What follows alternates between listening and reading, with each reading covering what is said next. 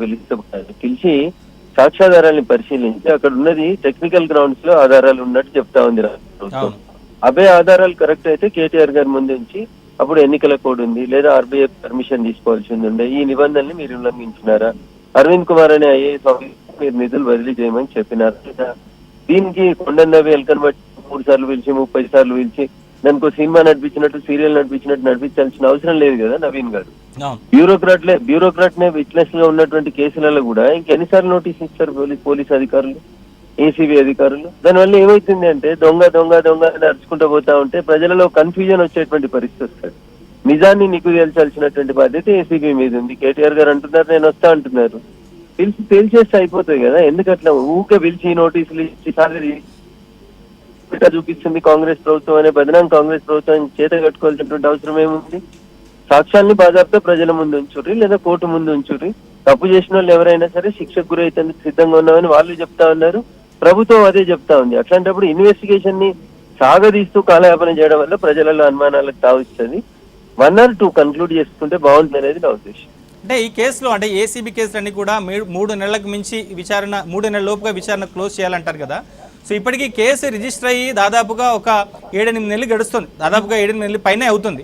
So కేటీఆర్ని జనవరి 8వ తారీఖున విచారణ జరిపారు, అంటే దాదాపుగా ఒక 8-9 నెలల పైనే అవుతుంది. సో ఇప్పటికైనా కన్క్లూజన్ వచ్చేటువంటి అవకాశాలు కనిపిస్తున్నాయి, ఎందుకంటే మీరే చెప్తున్నారు ఇది పూర్తిగా ప్రభుత్వం కూడా ఒక టైం పాస్ చేస్తున్నట్టుగా కనిపిస్తుందని చెప్పారు. ఎందుకంటున్నా నేను అన్నమాట అంటే ఏసీబీ డైరెక్ట్లీ వర్క్స్ అండర్ ముఖ్యమంత్రి గారు. ఏసీబీ డీజీ గారు రిపోర్ట్ చేయాల్సింది ముఖ్యమంత్రి గారికి రిపోర్ట్ చేస్తారు. ఏసీబీ దగ్గర ఎన్ని కేసులు ఉన్నాయి? కాంగ్రెస్ ప్రభుత్వం అధికారంలోకి వచ్చినాక ఏసీబీ నమోదు చేసిన కేసులేండి లక్షల కేసులు ఉన్నాయి. టైం దొరుకుతాయి లేదా వాళ్ళకి? తింపి కొడితే 10 కేసులు 20 కేసులు ఉంటాయి వాళ్ళ దగ్గర. ఆ కేసులలో ఇన్వెస్టిగేషన్ పూర్తి చేయడానికి ముద్దాయిల్ని లేదా సాక్షుల్ని విచారించడానికి ఎన్ని సంవత్సరాలు తీసుకుంటారు నవీన్ గారు వాళ్ళు? ఎందుకు డే బై డే నోటీస్ ఇచ్చి 3 రోజులు 4 రోజులు వారం రోజులలో ఉంటే ఉందని చెప్పురు, లేకపోతే లేదని చెప్పుంది. దాంట్లో పొలిటికల్ గేమ్ ఎందుకు? కాంగ్రెస్ బీజేపీ ఒకటని టీఆర్ఎస్ తిట్టుడైంది, టీఆర్ఎస్ కాంగ్రెస్ వాళ్ళు వచ్చి టీఆర్ఎస్ బీజేపీ ఒకటని మధ్యలో బీజేపీని ఎందుకు అనవసరంగా బదనాం చేస్తారు? భారతీయ జనతా పార్టీకి ఈ కేసులో ఏం సంబంధం ఉంది? పైసలు ఇచ్చింది కేటీఆర్ గారు అనేటువంటి ఆ రోజుల్లో ఉన్నటువంటి మంత్రి. పైసలు పోయినాయి, ఒక కంపెనీకి పోయినాయి, ఇన్వెస్టిగేషన్ చేస్తుంది, కంప్లైంట్ ఇచ్చింది ఇప్పుడున్నటువంటి కాంగ్రెస్ ప్రభుత్వంలో ఉన్న ఐఏఎస్ అధికారులు. దీంట్లో దోబూసలు ఆడుకుంటుంది కాంగ్రెస్, టీఆర్ఎస్ దోబూసలు ఆడుతా ఉన్నాయి. కాళేశ్వరం కమిషన్ పేరిట టైంపాస్, ఈ కమిషన్ పేరిట టైంపాస్.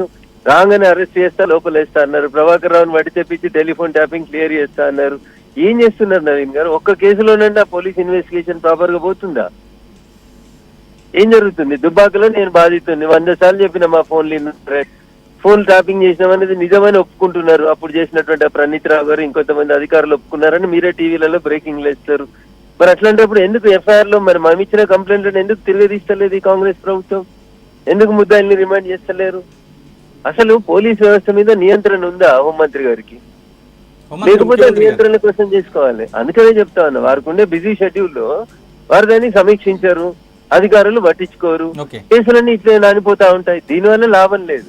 1, 2, 3, 4, 5 డేస్ కంటిన్యూస్ గా వేయండి. కేటీఆర్ గారు అంత ధైర్యంగా చెప్తున్నారు కదా నేను తప్పు చేయలేదు, నేను ఎన్నిసార్లు పిలిచినా వస్తా అని.